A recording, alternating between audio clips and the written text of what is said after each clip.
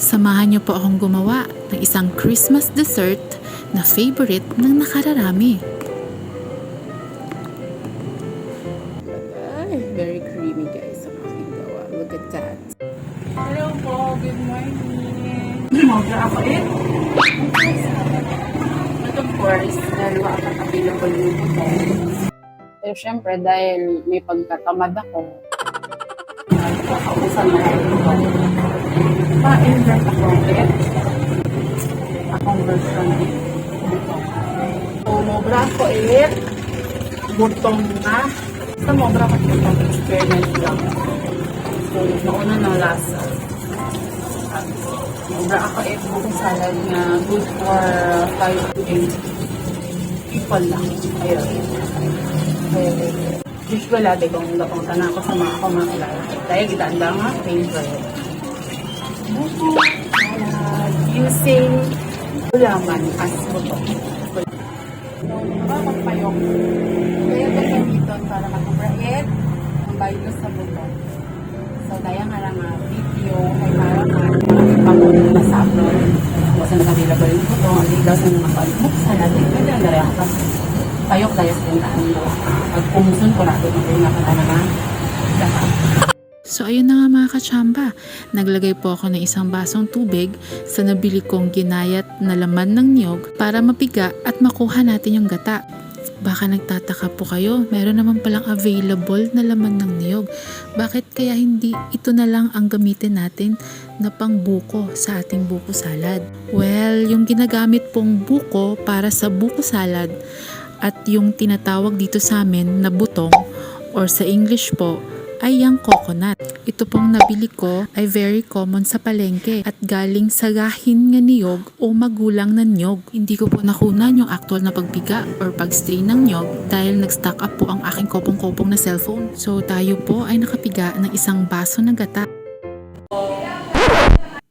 Ito po yung kadalasang nangyayari kapag mag-isa na lang tayo sa buhay. Akala mo okay na yung lahat, akala mo perfect, yun pala, putol yung pag-video ko sa sarili ko. Gumamit po kasi ako ng main camera. Magpati nga ako ng vlog. Marami tayo 2 cups of water.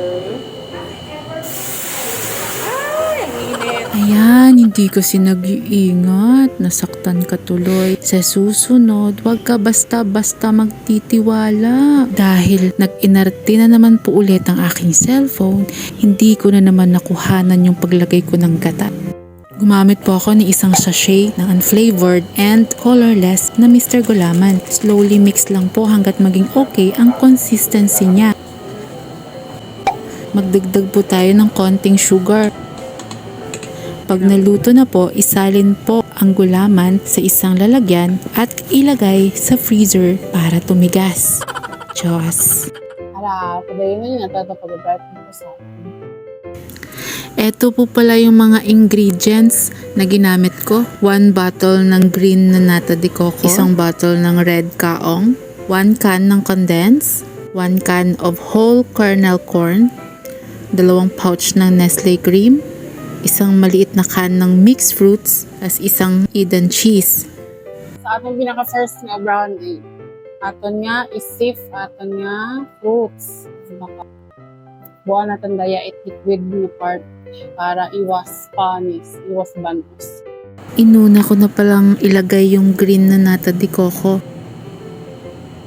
Pwede pasudlan daya yun.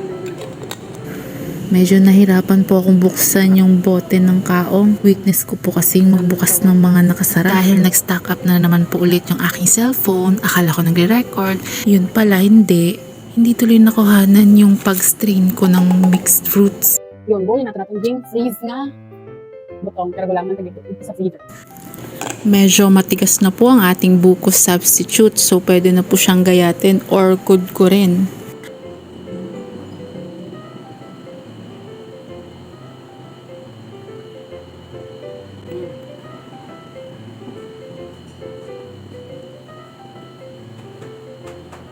Kumuha po tayo ng malaking lalagyan at paghaluin lang po natin ang lahat ng ingredients na pinatuyo natin kanina. Sinadya ko pong bumili ng sangkap na colorful para maganda po siyang tingnan. Una po nating ilagay yung 2 pouch ng Nestle cream.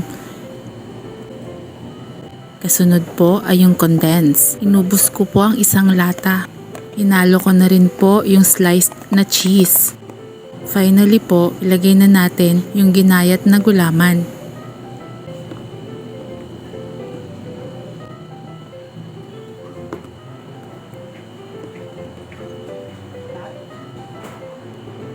Natin dasaras guys. At para dito na. Samitan natin dito na kung ano dasaras.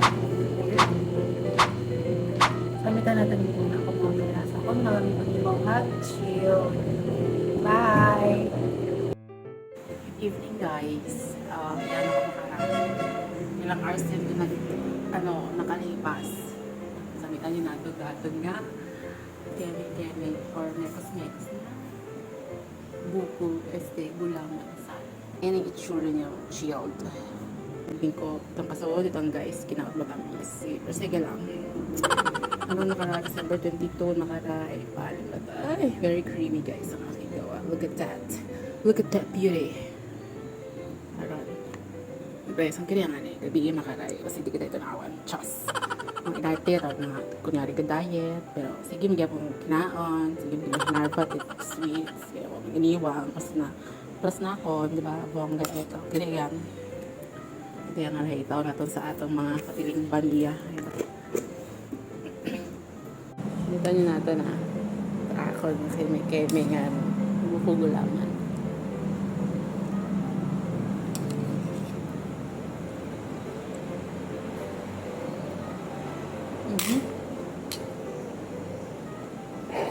Lubrawa ang ilong kanina.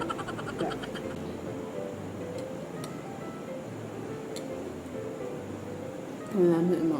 Wow. Hindi ang mga panuhaw yung buko ni mga butong. Pasado gede mo. Siguro saan ang lasa. Yung alo na bitigyan ka. Gulaman nila. Mama. To be honest guys. First time ko nag-aet salad. Tamad ako. Ako nabra karaguat ako. Ugad mama. Senyorita ni nabas senyorita ni mama. Gusto ko man i-try kung abihay. Sweet ako. Jokes lang. Kumeda ka mo ba? Okay, matagal eh. Mama. Mama. Kachamba achieved!